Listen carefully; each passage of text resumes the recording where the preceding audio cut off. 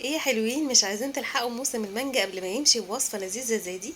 طب بلاش، مش عايزين تلحقوا بقى الصيف كده قبل ما يمشي بوصفة منعشة وطبقاتها كده لذيذة وطعمة زي ديت؟ بجد كده حاجة اللهم بارك. شايفين التفاصيل والديتيلز؟ طب شايفين الطبقات ما شاء الله زي بعضها ازاي ونفس المقاس ومظبوطة كده ظابطة، ايه ما حصلتش؟ ولا الطعم بقى لذيذ لذاذة مش طبيعية؟ يلا بينا نشوف عملنا الجمال ده مع بعض ازاي. انا هنا بصراحة كنت حابة ان انا اشتغل بطبقة من الاسبونج الجاهز. لو انتي حابة او عندك وصفة حلوة للكيكة الفانيليا، اشتغلي بيها، مش هتقول لا، وتوكلي على الله هتطلع حلوة برضو. بس انا بصراحة مش بفهم الوصفة ديت غير بالاسبونج. بحبها كده تكون وصفة سموزي كده ببعضها وحاجة كده جاتوه، يعني بتقلب كده معايا الجاتوه كأني شارياه من بره. بس لو انتي حابة تشتغلي بالكيكة العادية توكلي على الله. بس عايزة اقولك على حاجة، يعني السبونج مش مكلف معاكي خالص. كل اللي انتي هتجيبيه ربع كيلو سبونج من اي عطار جنبك، بيكون تكلفته تقريبا 15 جنيه. يعني حتى لو العطار غالي قوي مش هيوصل معاكي ل 18 جنيه. كل اللي هتضيفيه له 3 بيضات، وكمان تضيفي ربع كوبايه من الميه من الحنفيه كده عادي، وتضربي بقى في المضرب الكهربائي. لازم بقى بصراحه يتضرب بمضرب كهربائي. يعني لو عندك مضرب كهربائي توكلي على الله واعمليها بالسبونج. بيتضرب 10 دقايق لحد ما يديكي القوام اللي انت شايفاه دوت. انا هنا كنت مستخدمه 300 جرام علشان كنت حابه ان انا اعمل صينيتين زي ما هتشوفوا دلوقتي معايا.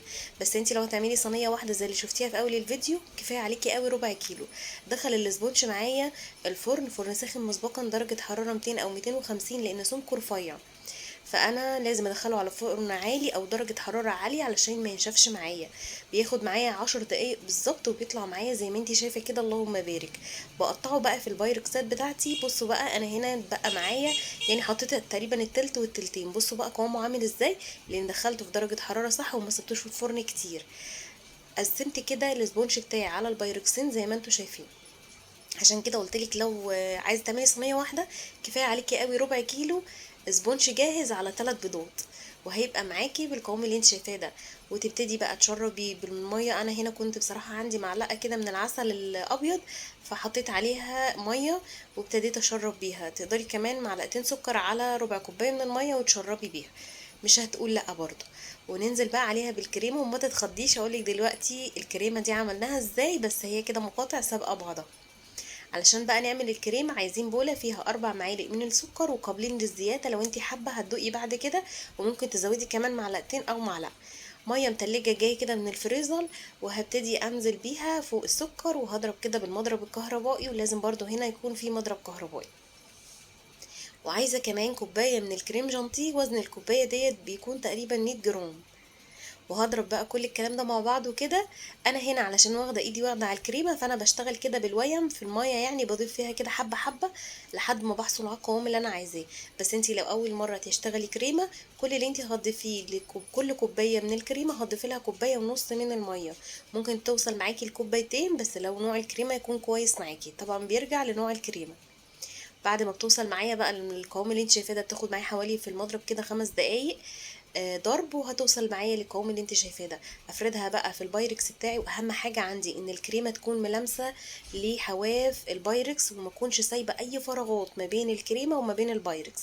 هتشوفي دلوقتي ليه، علشان طبعا هنضيف الجيلي سايل، فمش عايزين يكون في اي معانا فراغات عشان ما تسربش الجيلي يعني لحد تحت. هدخلها بقى التلاجة، دي خطوة ضرورية جدا. انتي تدخلي التلاجة الكريمة بعد ما حطيتي الكريمة كده تدخليها ساعتين التلاجة على الأقل. عمال بقى ما احضر معايا الجيلي واقطع المانجا. عايزين باتنين باكو من الجيلي المانجا. لان طبعا عامله 2 بايركس فهشتغل بباكوين. لو انتي عامله بايركس واحده وكفايه عليكي قوي باكو. ضفت له كده زي ما شفتوا كوبايتين من الميه المغليه، مغليه من الكاتل كده، وقلبت لحد ما لقيته داب معايا الجيلي. وبعد كده اضيف كمان كوبايتين بس يكونوا ميه متلجه، واقلب كده وخلاص. هو كده تمام معايا وجاهز، بس هو دافي. هسيبه بس يبرد شويه لحد ما اقطع المانجا بتاعتي الجميله دي. اي نوع مانجا عندك هتقطعيه مكعبات بالشكل ده. طلعت بقى البايركس بتاعي بعد ما قعد في التلاجة ساعتين. ضروري جدا يقعد ساعتين عشان الكريمة بتاعتك تتماسك، عشان لما ننزل عليها الجيلي ما يبتديش يخترق كده الكريمة وينزل لتحت. فعشان عايزاها، لو انت عايزاها بقى طبقات زي ما شفتيها في اول الفيديو كده، حاجة كده 3D على الاخر، فتحتفظي كده بالخطوات ديت وتعمليها وتلتزمي بيها.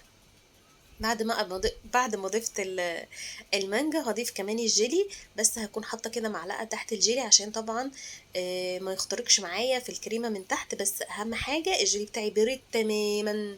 باكد عليكم تاني الجيلي بتاعي دوت بارد، يعني انا سبته كده لحد ما قطعت المانجا كان بارد. هو كان دافي دلوقتي بارد تماما، يعني مش حتى فاتر، لا بارد خالص. وبعد كده ضفته فوق المانجا وهدخله بقى التلاجة لتاني يوم. بصوا بقى هنا بعد ما طلعته تاني يوم شايفين الفرق؟ في فرق صح؟ مع ان الصينيتين معمولين بنفس الخطوات وبنفس التكنيك، بس دي اللهم بارك طالعه طبقاتها ممتازه ودي لا. طب ليه؟ علشان هنا عندي شايفين كان في فتحه في الكريمه وانا مش شايفاها. الكريمه ما كانتش لازقه في حواف البايركس. فبصوا بقى الجيلي عمل ايه، نزل تحت، نزل طبقة الكيكة بتاعتي. هل كده هي باظت؟ لا باظت مين؟ انت هتجيبي كده المعلقة وتبتدي تاكلي بيها.